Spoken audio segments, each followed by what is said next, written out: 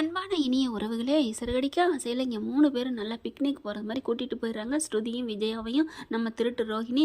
அங்கே போயிட்டு பார்த்தீங்கன்னா பக்கத்துலேயே இருந்து பார்த்துக்குது. இதுங்களுக்கு என்னென்ன என்ஜாய் பண்ண கொடுக்கணுமோ அப்படி பண்ணுதுங்க. காசெல்லாம் செலவழிக்க முடியாதா இருக்கே, கரியாக போகுதே அப்படின்னு நொந்துக்கிறது ரோஹிணி. அடுத்த கட்டத்துக்கு மேலே பார்த்தீங்கன்னா இந்த பிள்ளை குளிக்கிறதுக்கு ரூம்குள்ளே போயிடுதுங்க. பாத்ரூம்குள்ளே போனதுக்கப்புறம் இவங்க ஆத்தாக்காரி ஃபோன் அடிக்குது. ஃபோன் அடிச்சுக்கிட்டே இருக்குது ரொம்ப நேரமாக. பார்த்தா ஒரு வாட்டி விடணும், 2வது வாட்டி அடிக்கவும் ஸ்ருதி பார்க்குது. விஜயா தான் சொல்லுது, ஏ ஸ்ருதி, அது ஃபோன் அடிச்சுட்டே இருக்கு, என்னன்னு பாரு அப்படின்னு கேட்க, இந்த போகிறேன் ஆண்டி அப்படின்ட்டு போய் ஃபோனை பார்க்குறாங்க. என்னது, அம்மா தாங்க முன்னாடி சேவ் பண்ணி வச்சிருந்துச்சு, ஆனால் இப்போ யாராவது பார்த்துருவாங்களே அப்படின்னு கில்லாடிங்க என்ன பண்ணுறாங்க, ஏ ஏ ஏ அப்படின்னு 3 ஏ லெட்டர்ஸ் போட்டு வச்சுருக்கு. என்ன ட்ரிபிள் ஏ போட்டு வச்சுருக்கு, யாராக இருக்கும் அப்படின்னு சொல்லிட்டு அட்டன் பண்ணிடுவோம், ஏன்னா அடிக்கடி கால் வந்துக்கிட்டே இருக்கே அப்படின்னு அட்டன் பண்ணுறாங்க. ஹலோ, அவங்க குளிக்கிறாங்கன்னு சொல்ல போகிறாங்க. ஆனால் பார்த்தீங்கன்னா, ஏ கல்யாணி, என்னடி எத்தனை வாட்டி அடிக்கிறது, ஃபோனே எடுக்க மாட்டேங்கிற. அது வந்து அங்கே முத்து போகலையாமடி டிரைவிங் பண்ணுறதுக்கு, அவன் ஃப்ரெண்டை தான் அனுப்பியிருக்கானா. அதனால இப்போ ஆஸ்பத்திரிக்கு அதுங்க 2 பேர் தான் போயிருக்காங்க, வேற ஆள் தான் போயிருக்காங்க. நீ பயப்படாத, தைரியமாயிரு அப்படின்னு சொல்லிட்டு நான் வைக்கிறேன், நான் சமைக்கணும், சீக்கிரம் பசிக்குதுங்கிறான் அப்படின்னு ஃபோனை வைக்கிறாங்க. யார் பசிக்குதுங்கிறாங்க, பையன் சாப்பிட போடணுங்கிறாங்க, ஆஸ்பத்திரிக்கு போயிருக்காங்க, முத்து போகலைங்கிறாங்க. முத்துனா எந்த முத்து அப்படின்னு சொல்லிட்டு ஒரே குழப்படியாக இருக்குது. அப்படியே ஒரு மாதிரி ஆகிறாங்க ஸ்ருதி. என்னமோ இந்த அம்மா கிட்ட மர்மம் இருக்கே, கல்யாணிங்கிறாங்க, ஒன்றும் புரியலையே அப்படின்ட்டு உட்காந்துக்கிட்டு இருக்கு. ஃபோனை தாங்க பார்த்துக்கிட்டு இருக்கு. இங்கே ரோஹிணி வெளியில் வர பார்க்குறாங்க. ரோஹிணி பார்த்தோன்னே என்ன ஒரு மாதிரியாக பார்க்குறாளே ஸ்ருதி, எதுவும் ஃபோனுக்குன்னு வந்துச்சா, ஃபோன் அடித்த மாதிரி சவுண்டு கேட்டுச்சே அப்படிங்களே. ஸ்ருதி அப்படிங்கிறாங்களா, என்ன ரோஹிணி ஏதாவது ஃபோன் அடிச்சிச்சா? ஆமாம் ஃபோன் வந்துச்சு. யார் அடித்தா, யார் பேசுனா அப்படின்னு கேட்க, ஏன் பதட்டப்படுறீங்க அப்படின்னு கேட்டுட்டு, ஒன்றும் இல்லை ட்ரிபிள் ஏன்னு வந்துச்சு. ஐயோ, அம்மா தான் பண்ணியிருக்கு. அவங்க யார், கல்யாணின்னு கூப்பிட்டாங்க, அவங்க யார், கல்யாணியா தெரியலையே, ட்ரிபிள் ஏன்னு போட்டிருந்துச்சா, யார் அப்படிங்கிறாங்க. உங்கள் இதில் தானங்க நீங்கள் போட்டிருக்கீங்க அப்படிங்கிறாங்க. என்னமோ முத்து வண்டி ஓட்டிகிட்டு போகலை, வேற ஆள் தான் போயிருக்கு, அவங்க 2 பேரும் தான் போயிருக்காங்க அப்படி இப்படிலாம் சொன்னீங்களே, யார் அவங்க அப்படின்னு கேட்க, பார்த்தா அப்படியே பயம் வருது.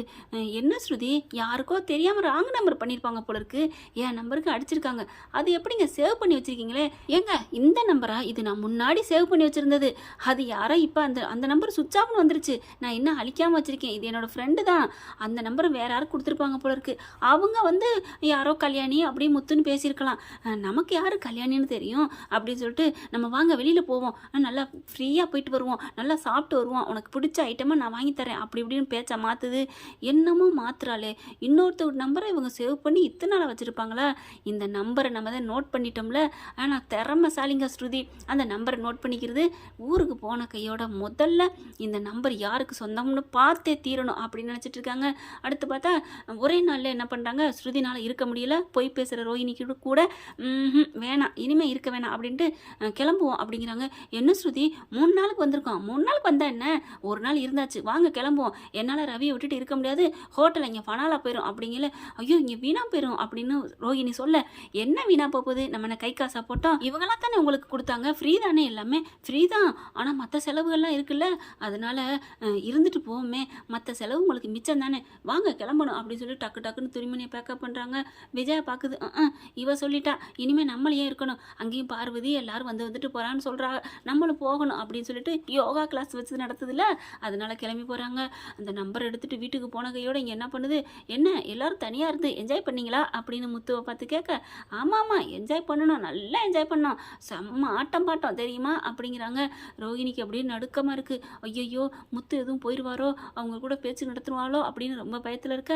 ஸ்ருதி இப்படி பார்க்குது, என்ன இவ சரியே இல்லையே அப்படின்ட்டு அந்த நம்பரை வச்சுட்டு வேக வேகமாக எங்கே போகிறாங்க, அங்கே ஆஃபீஸுக்கு போகிறாங்க. சிம்மோட ஆஃபீஸுக்கு போயிட்டு இந்த நம்பர் யார் பேரில் இருக்குது, யார் பேரில் வாங்கியிருக்காங்க அப்படிங்கிறாங்க. ஏங்க இந்த நம்பரை போட்டு ட்ரூ ஐடி காலரில் போட்டு பார்த்தாலே வந்துருமே அப்படிங்கிறாங்க. ஏங்க இதெல்லாம் இல்லைங்க, இது வேறு நம்பராமே, இது முன்னாடி இருந்த நம்பர்னு இவங்க சொல்கிறாங்க, இப்போ யார் பேரில் இருக்குன்னு கரண்ட்டில் சொல்லுங்கள் அப்படிங்கிறாங்க. என்ன மேடம் இது கூட தெரியாமல் அப்படின்னு போட்டு பார்க்குறாங்க. போட்டு பார்க்கலே இது கல்யாணின்னு தான் வருது அப்படிங்கிறாங்க. கல்யாணின்னு தான் வருதா, ஒன்றும் புரியலையே, என்ன பண்ணுறது, அப்போ கல்யாணி தானா, வேற ஆள் தானா, இப்போ ரோஹிணி இல்லையா அப்படின்னு ஒரே குழப்படியாக இருக்குது. சரிங்க அப்படின்னு வந்துடுறாங்க.